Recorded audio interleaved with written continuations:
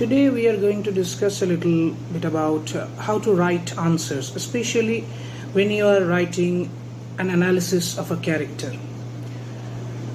This is a particular type of question that is very common, and that falls to the easier section of all the question types that we can have as a student of literature. So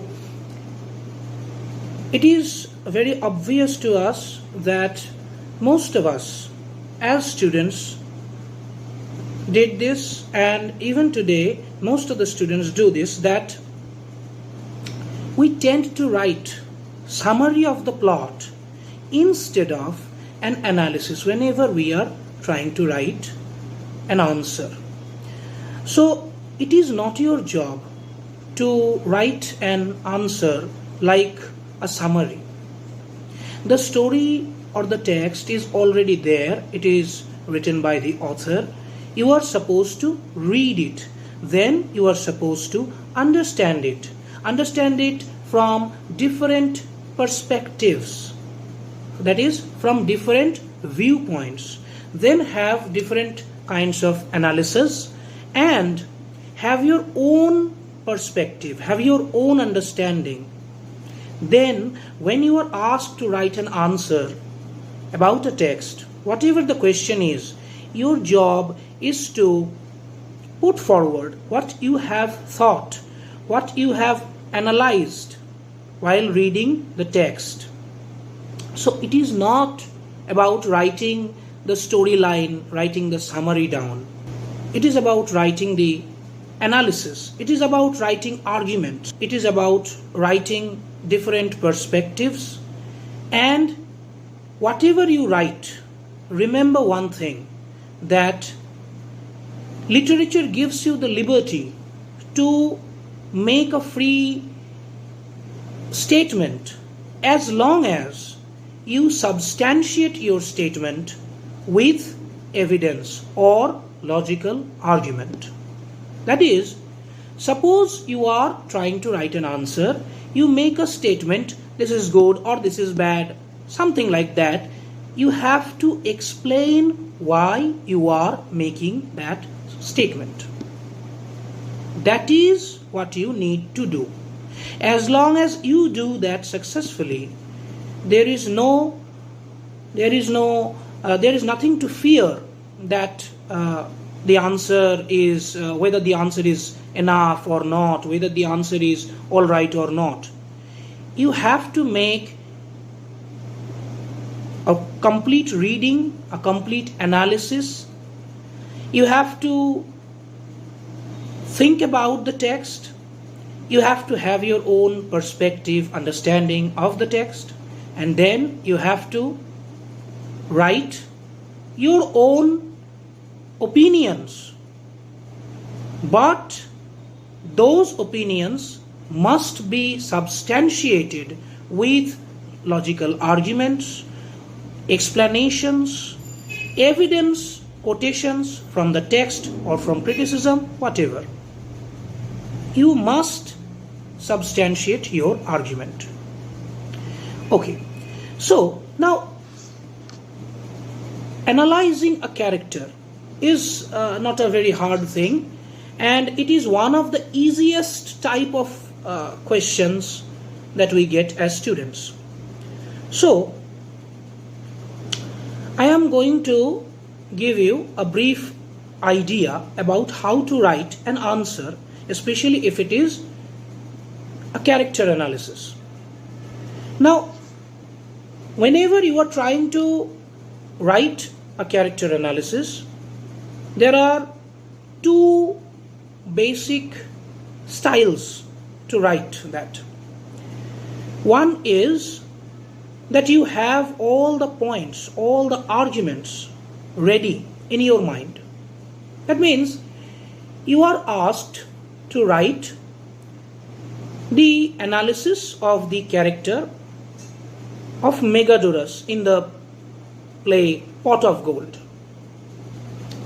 So what you do is that you have read the character, you have thought about it, you have practiced about it, and you have a very clear idea and you are ready to write all the points down.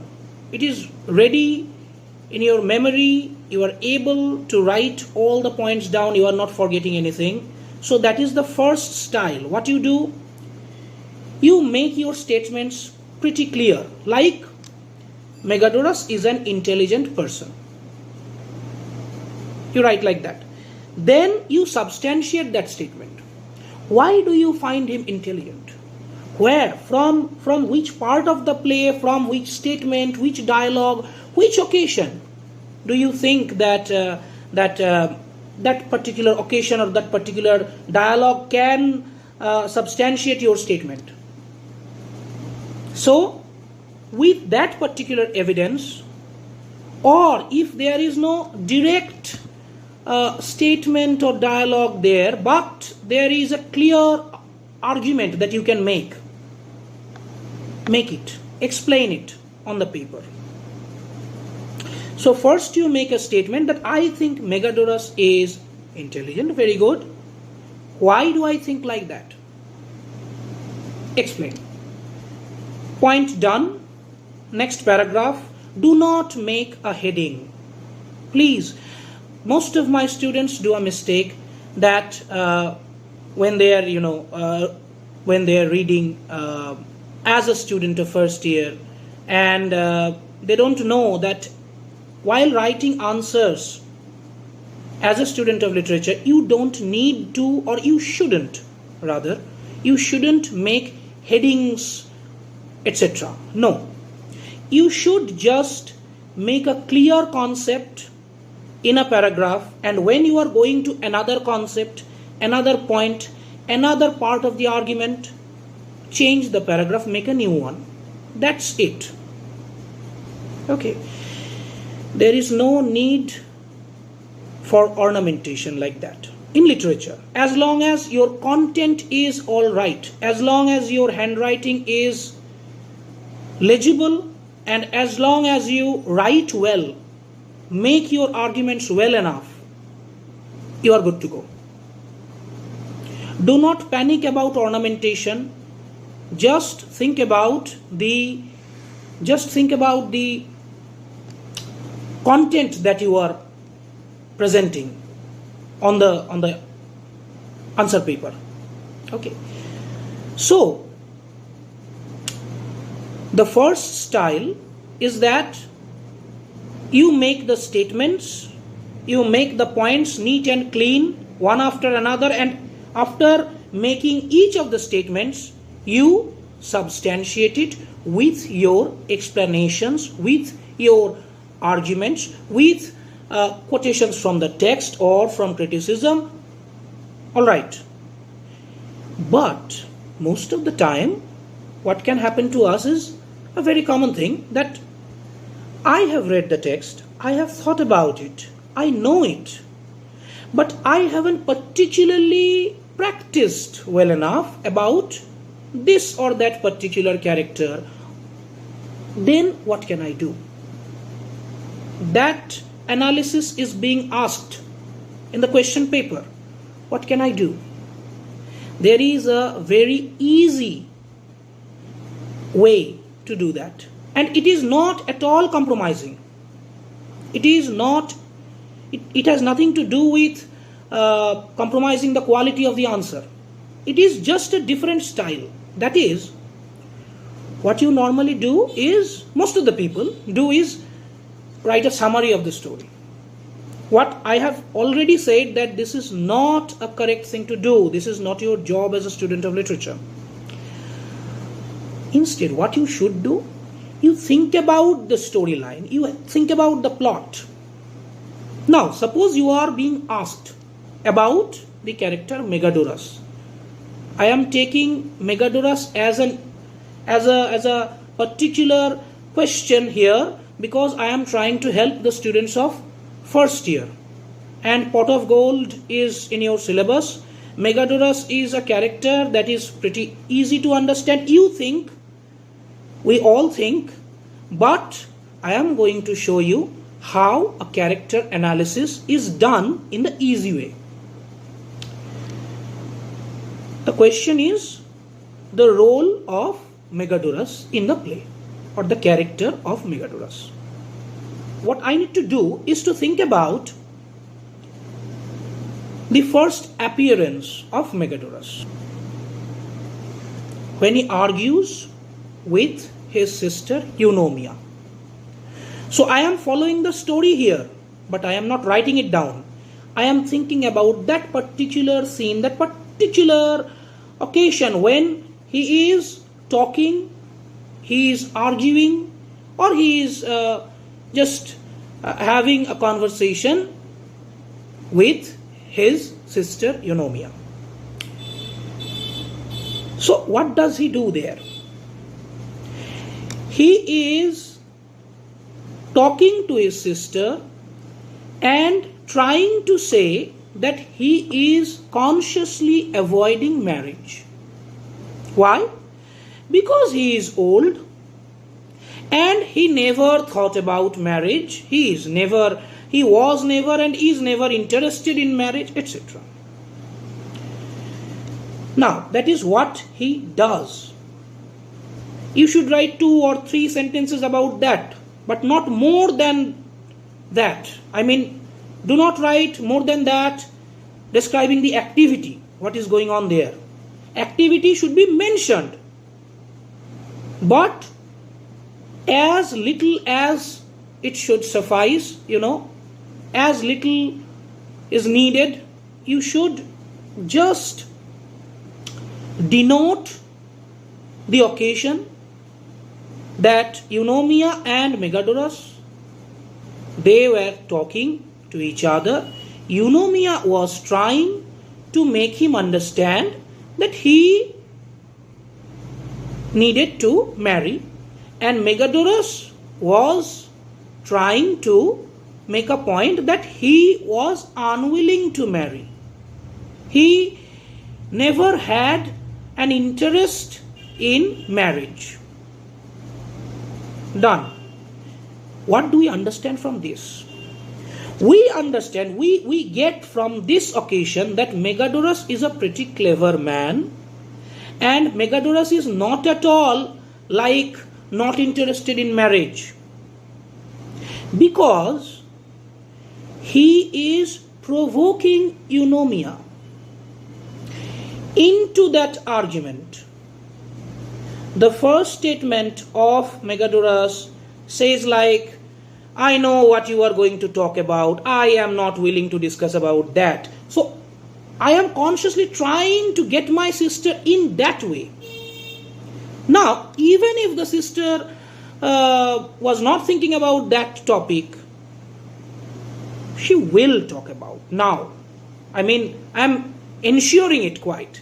And Eunomia is saying that you should marry, and etc. And Megadorus is, yes, he is saying that he is not interested in marriage, but he is also constantly quite buttering up Eunomia, saying that I always listen to you, I never disobey you, I love you as my sister, and I always respect what you command me, etc., etc. So he is acting like he is not interested in marriage, but because his sister is very much respectable to him, and he also makes the point very clear that I am not very much accustomed to disobey you. At the same time, Eunomia gets the upper hand because Megadorus is giving it away, and Eunomia pushes forward. The argument is made in favor of Eunomia. Eunomia says that you have to marry, and Megadorus says, because you are saying, you are pressurizing, okay, all right, I may accept your request, but with one condition, and that condition is that Phaedria should be the bride.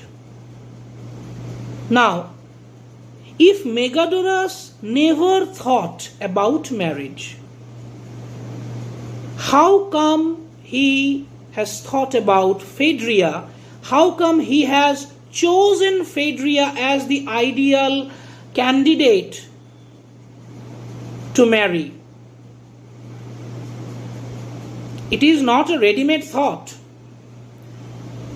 It is a thought that has been present, at least for some time, in Megadorus's mind. That proves that Megadorus was inside, Megadorus was willing to marry. In his mind, he was willing to marry, but he was acting like he wasn't interested in marriage. That proves that Megadorus has diplomatic skills. He talks very well, and of course, that means he is a clever man. And he behaves like he doesn't want to marry, but he has someone in mind.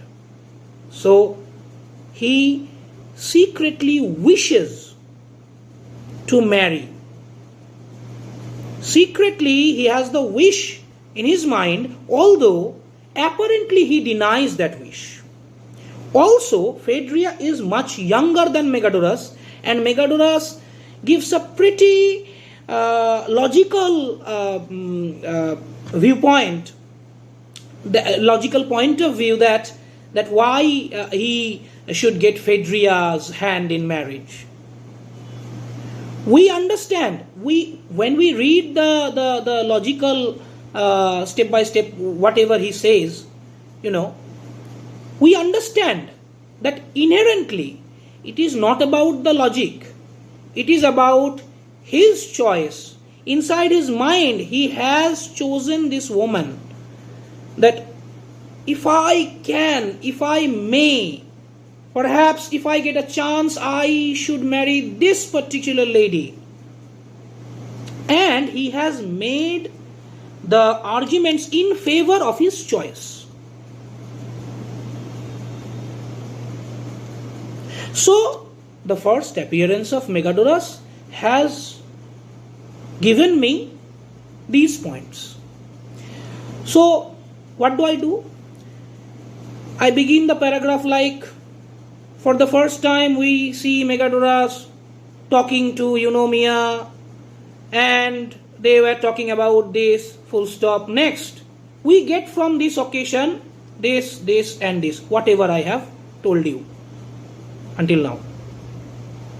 So we find that Megadorus is a clever man, and he is an old bachelor with secret wishes in his mind to marry, while apparently denying any interest in marriage.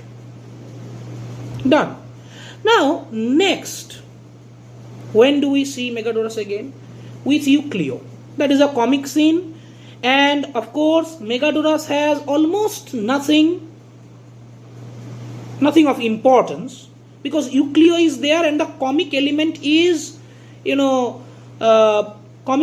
presented by Euclio, the character of Euclio. We are talking about Megadorus. So Megadorus is trying to be polite with Euclio. Megadorus is saying that I am not going to take dowry, etc. That is enough from this occasion. That is what we get. And we can write that because Megadorus on his own says that I am not going to take a dowry, it means that Megadorus is a good man with good manners and a gentleman, kind-hearted man. He doesn't discriminate about the poor and the rich, etc. Go on to next paragraph. When do we find Megadorus next? His soliloquy. When he was alone on stage, talking to himself, and Euclio comes from behind, he was talking about a particular social habit called dowry. He was talking that dowry is something that men think that it is helpful to them and it is very much justified, but it is actually not. Megadorus' point of view is that dowry is a bad thing. Now, we can say Megadorus, or through the character of Megadorus, actually, the author is trying to give a lesson to society that when you are thinking that because you are a man you should get a dowry, you are wrong. And why are you wrong? Megadorus explains that pretty clearly. So we can take this as a straightforward lesson, a straightforward moral teaching, etc. And so Megadorus becomes a good character, an emblem of morality, whatever, like that.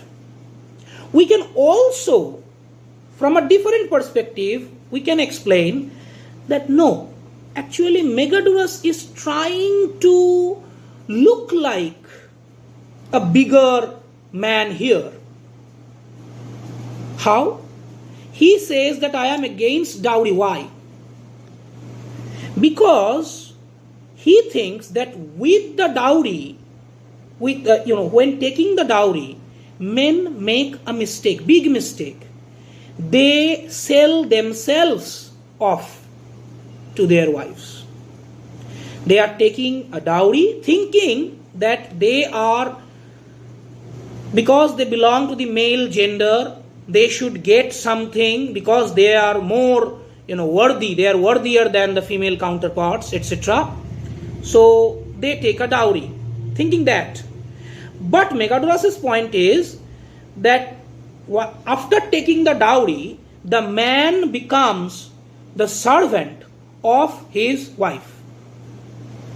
So actually the wife is going to have the upper hand after marriage, because she is going to demand a lot of things, servants and objects of desire, etc. And the man, the husband, has to supply everything that she demands, that she asks for. If the husband fails to supply those things, any of those things, he has to listen to the statements like, I had given, or my father had given so much money to you while you married me, etc., etc. So the husband becomes a servant to the woman he took dowry from. That is Megadorus' point. Very good point, very good logic to make to make men understand that you are selling yourselves. You think that you are doing a favor to someone because you are a man and she is a woman, and showing that cause you are taking a dowry. But actually what you are doing is you are selling yourself off. That is Megadorus' point. But if we look closely at it and if we go on with his argument, we understand that Megadorus says, I don't want to be sold off in that way, because actually Megadorus means it, I want an obedient wife. I don't want to be the servant of my wife. So he wants to be in control. So when we are saying that Megadorus is against patriarchy, the first perspective was that because he is talking about, he is talking against dowry. So he is against patriarchy. Very good. Good point. But we can also, from another perspective, we can say that yes, it seems he is against patriarchy, but he is a bit hypocritical about it. He is a hypocrite. He is apparently against patriarchy, but not because he thinks that women and men are equal. He thinks that if he can marry someone from a poor family without taking a dowry, that woman will always be grateful to him, be obedient to him, and he will be in control of the house. So male control again and again. He is ensuring male control. He is a very intelligent supporter of patriarchy. We can also say that. This is another perspective.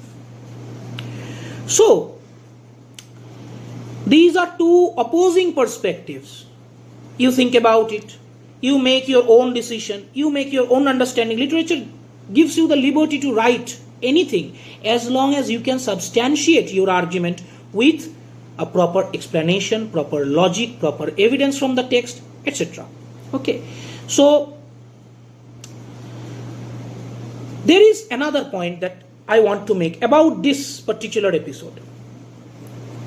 That is, whenever you are writing about a character, try to sit in his position, in his mind, in his situation, and think about the dialogues he has made, and the actions he has chosen to make.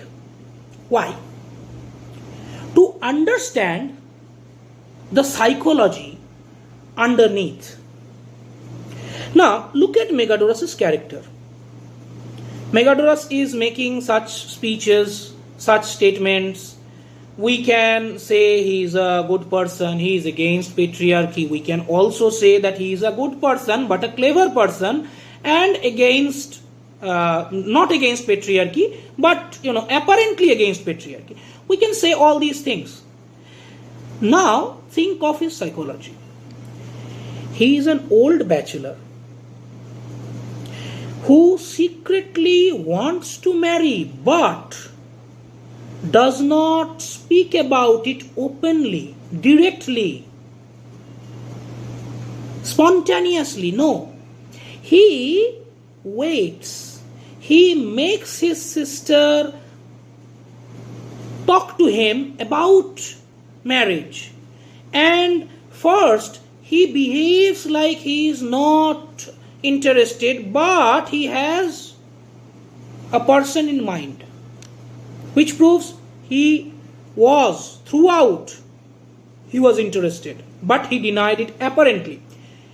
Again, in this speech, dowry, he is against dowry not because he thinks that men are not worthier than females, not that men and females, men and women are equals in their own rights, not because he thinks that it is a good act to marry a poor woman. No. Underneath that, there is a particular intention that I need to be in control. So he has particular wishes to marry a young woman. He has particular wishes to be in control, and he apparently behaves in a particularly opposite way. Apparently, he is not willing to marry. Apparently, he is against dowry. What does this tell us? This proves to us that maybe he is a man with low self-esteem, who is always thinking that if I say to others that I have, I have an interest, that I think I am interested in a particular woman, or I think I am interested in getting married, what will others say? Maybe others will laugh because I am old. That's one point. Maybe because of this, he has a low self-esteem and he doesn't speak up on his own. Again, when he is, in those days, dowry was a common idea. He is sacrificing that, marrying a poor woman. Why? To be in control. That means, inside his mind, he is perhaps fearing that if I have to marry a young woman, if I marry a young woman, perhaps she will, from the next day on, she will taunt me in many ways and etc. So I need to be in control. I need to be, in on a higher position, so higher up that she will not choose to taunt me, tease me in any way. So he is a man, perhaps weak, weak inside. I mean, very weak inside. He is a man who suffers from low self-esteem, and that's why he tries so much to have the upper hand, to be in control, to be the bigger man with the bigger heart, everywhere, in every case. That's another point. Now, to end the answer, you have a great opportunity, because it is very clear that the message of the central idea of this play is about the value of money, and the author is trying to show us that the value of money doesn't depend on the amount of money you have, but how the money can be used and how much happiness it can bring to you. If you are keeping that money, and if you are unable to sleep at night, you are becoming like Euclid, then that money is giving no happiness to you. The money is as good as the happiness it can bring to you. That is the message. And the message is crucial to the play, because the play, it is a story, it is a funny story, it has stock characters, all the comic elements, the Lyconides and Phaedria union at the end, etc. All the positive elements to entertain, to amuse. But that is not the objective of a play. The objective of this play is to amuse you apparently while giving you a particular moral lesson or a message, and that is about the usage of money. And the character that gives the message to us is that of Megadorus. So Megadorus is a crucial character in this play, who is a clever man. He talks very well, he knows the certain tricks to get his own way. He is a good man, trying to marry a poor woman. Apparently then the dowry scene comes, which I have discussed for a long time, and then comes his essential role in the play, that is to give the message, the central idea of the play at the end of the play, by saying Lyconides that if a simple pot of gold can give happiness, so much happiness to 4 people, that is a very, very practical message, a practical lesson. Megadorus provides that on stage.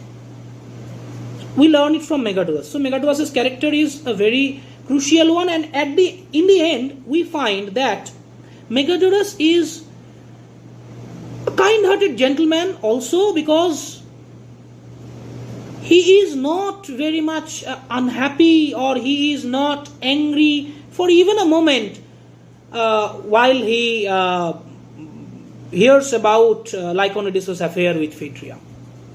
He open-heartedly accepts the fact that, all right, I feel very happy, I feel less burdened now. So he thinks that way and he behaves that way. He is a kind-hearted gentleman. He has his qualities as a stock character, like he is an old man, but underneath he has a particular wish to marry. This is a stock character attribute. And he is a character who has some negative qualities, like he has low self-esteem, and apparently he is like a very progressive man. He speaks against the patriarchal system, it seems. But yes, he has a particular negative aspect, that he is not completely as progressive as he seems to be. But yes, he is somewhat different from all the characters. He is a good, kind-hearted gentleman. At the very end, we see the example that he open-heartedly accepts the marriage of Lyconides and the Lyconides' union with Phaedria, as well as the freedom of the slave and friendship with Euclio. He accepts all these things, and he forgets about what money he invested, or he forgets about the actual secret wish that he had about Phaedria. And he forgets about all these things. He doesn't even remember. But he open-heartedly accepts the situation, and he is like a guide to Lyconides, even to Euclio. Indirectly, but yes, he is a guide to us all, because he presents before us the teaching, the moral lesson that the author is trying to present. So this is all about Megadorus' character, and this is the technique that is an easier one, I suppose, to follow while writing the answer. In this way, you don't have to memorize all the points. You have read the text, you have thought about it, you know it very clearly.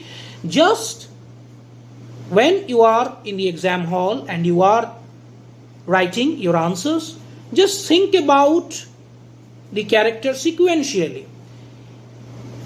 When he comes, what he does, how he does, what he thinks, what he speaks about, all these things. And my analysis, if there are different perspectives, then if I can gather more than one perspective, very good, and substantiate your views with quotations, or it doesn't need to be quotations all the time.